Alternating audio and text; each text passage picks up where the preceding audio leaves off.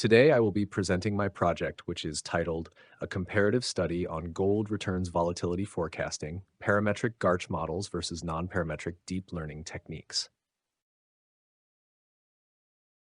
Hello, I'm Mohammed Shihab Sarar from the Department of Statistics, Faculty of Science, HSTU. This video is the presentation of my master's degree project in statistics. This is the outline of my presentation. I'll start with a brief introduction and literature review, then move on to my research objectives and methodology. After that, I'll present the results and discussion, and finally conclude with key findings, limitations, and recommendations.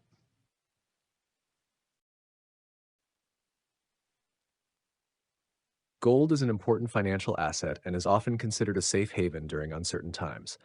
Accurately forecasting its volatility is crucial for managing risk and making better investment decisions. Traditional parametric models, like GARCH, have been widely used and are effective, but they rely on some strong assumptions. On the other hand, non-parametric deep learning models offer a more flexible, data-driven approach. In this study, I compare both types of models to see which performs better in forecasting gold returns volatility. These are the key articles that inspired my research. They help me choose gold as the asset of focus, identify existing research gaps, and shape the overall direction of my study.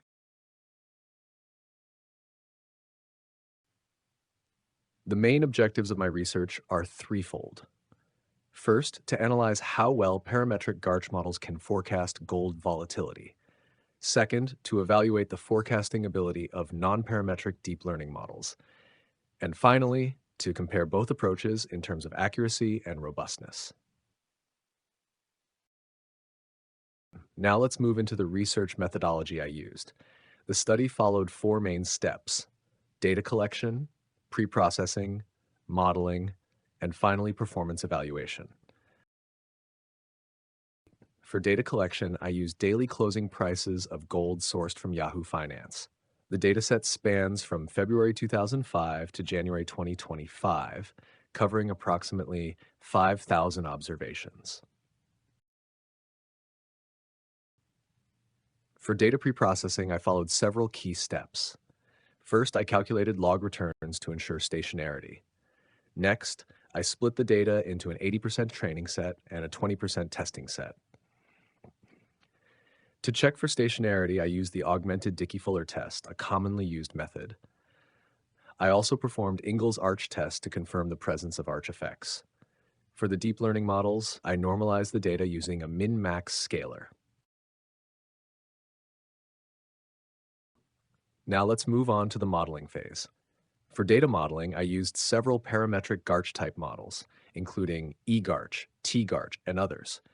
Each model was estimated under 4 different error distributions.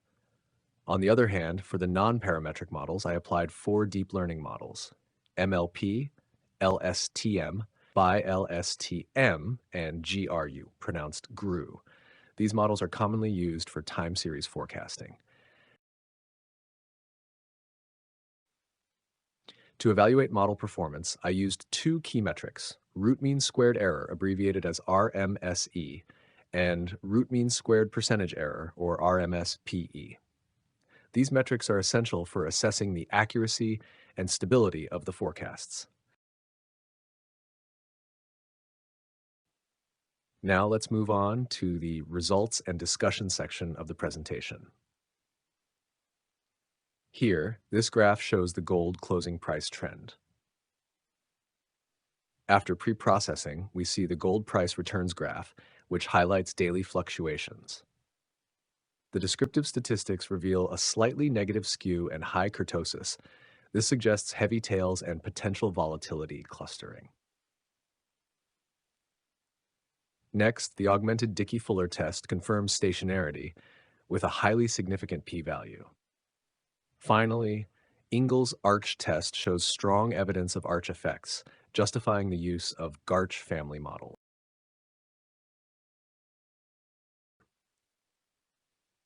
This table shows the RMSE values for each parametric model under different error distributions. Since lower RMSE is better, we see that the fractionally integrated GARCH, abbreviated FIGARCH model, and the asymmetric power arch, or AP-arch model, performed the best, especially under the student's T and skewed T distributions.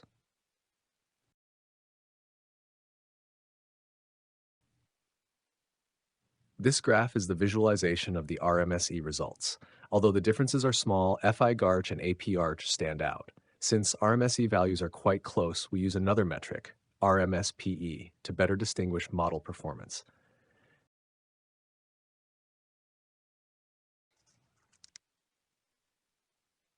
Now, looking at the RMSP values, again, lower is better. FIGARCH performs best, followed by APARCH. These results give us more clarity on which models are more consistent. To visualize this better, let's look at the graph for the RMSP results.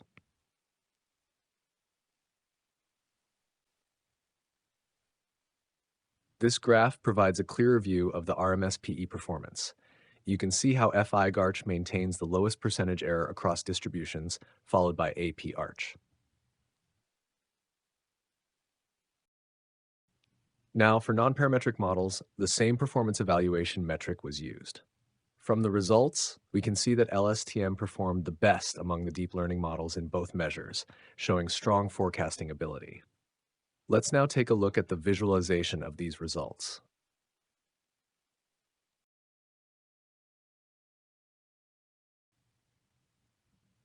Here, we will visualize this comparison. As shown in the graph, LSTM achieves the lowest RMSE and RMSPE, standing out as the best performing deep learning model. This table highlights the RMSE rankings for both parametric and non-parametric models. The main focus here is on the ranking. The LSTM model leads with the lowest RMSE, followed by Bi-LSTM and GRU. The AP-ARCH and FI-GARCH models perform best among the parametric models, but still rank lower than the deep learning models. Let's see how this ranking looks in visual form. From this graph, we can clearly see LSTM's superior performance compared to both parametric and non-parametric models. Now let's move on to the RMSPE rankings. Just like the previous table, this one shows the RMSPE rankings for both parametric and non-parametric models. Again, LSTM ranks the best, followed by Bi-LSTM and GRU. FIGARCH and AP-ARCH are the top parametric models, but still rank lower than the deep learning models. Let's now visualize this ranking in the next graph.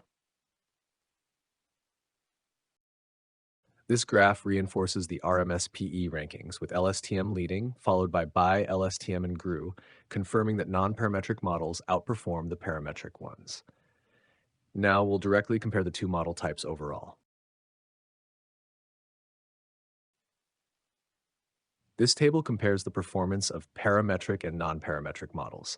As we can see, non-parametric models have lower RMSE and RMSPE mean values with less variation, which confirms that they perform more consistently and accurately than the parametric models. With that, we can now move on to the conclusion.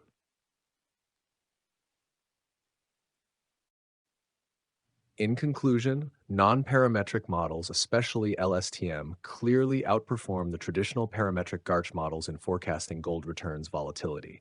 While FI-GARCH performs well among the parametric models, deep learning models capture the nonlinear and dynamic behavior of gold returns more effectively.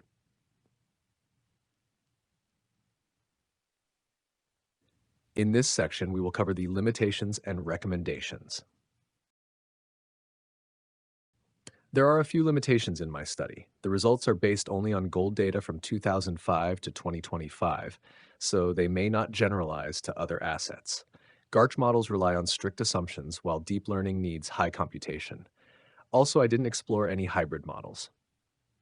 For future work, I recommend using more diverse assets, trying models with fewer assumptions, improving deep learning efficiency, and exploring hybrid methods that combine both statistical and data-driven strengths.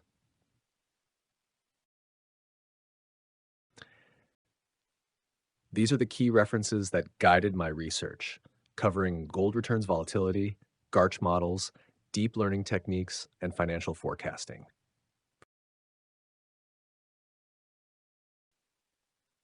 Thank you for listening to my presentation. If you have any questions, feel free to reach out via email or LinkedIn. You can also check out my other video on artificial neural networks, where I explain how ANN works in detail. If you enjoyed this, please like the video and subscribe for future updates. Feel free to follow me on LinkedIn for more insights. Thank you and have a great day.